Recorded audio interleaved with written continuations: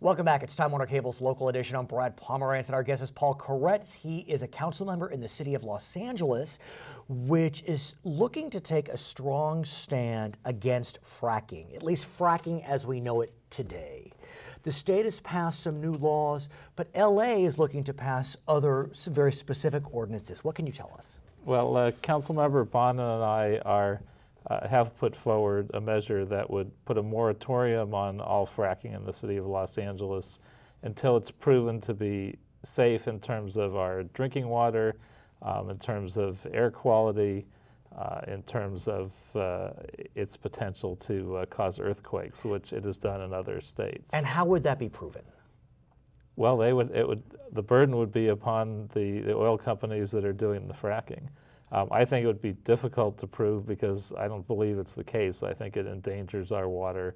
And I think especially in a city that's close to the San Andreas Fault and a number of other small faults, to engage in a technology that is believed to have caused earthquakes in several other states that didn't typically have earthquakes. It just seems like a no-brainer to eliminate this technology.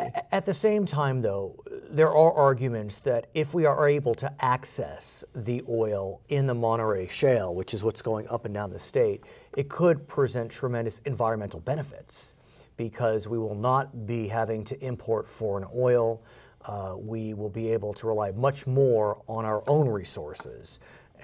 What's your sense on that? Well, I don't think that's an environmental benefit. Now, it could be a political benefit. Well, but if we're not importing oil, I mean, the transportation, I understand the political side as well. I mean, personally, I think the ideal is to look towards less and less use of fossil fuels. And we're heading that way. And more use of renewables and more vehicles that run on renewables, fully electric vehicles, et cetera.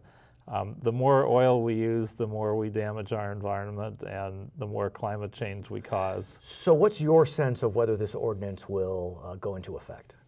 I think there's a reasonable chance it'll pass, and I think we need to take a much closer look at this industry and what it does, and at least, at a minimum, make them tell us what the chemicals are that they're using so we know what to test for. And the city, a city, has the right to pass such an ordinance? There aren't state preemption or federal preemption questions?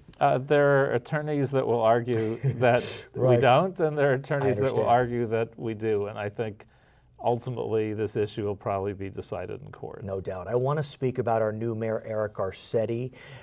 He recently passed his first 100 days in office. What's your sense of the mayor's early days as the leader of our city? I think he's been doing a great job, and he's done some things a little differently. He made every single general manager reapply for their jobs and really talk about their goals and what they intend to do and what they've accomplished. And I think that's important. He's pushed for a number of reforms of the DWP and also a very tough contract, which not only resolved several $100 million lawsuit, but in the next few years, DWP employees won't be getting raises, gives us a chance to lessen the disparity between city employees other than DWP and DWP workers. How are relations with the mayor and the city council? Because at times the prior mayor and the city council didn't see eye to eye.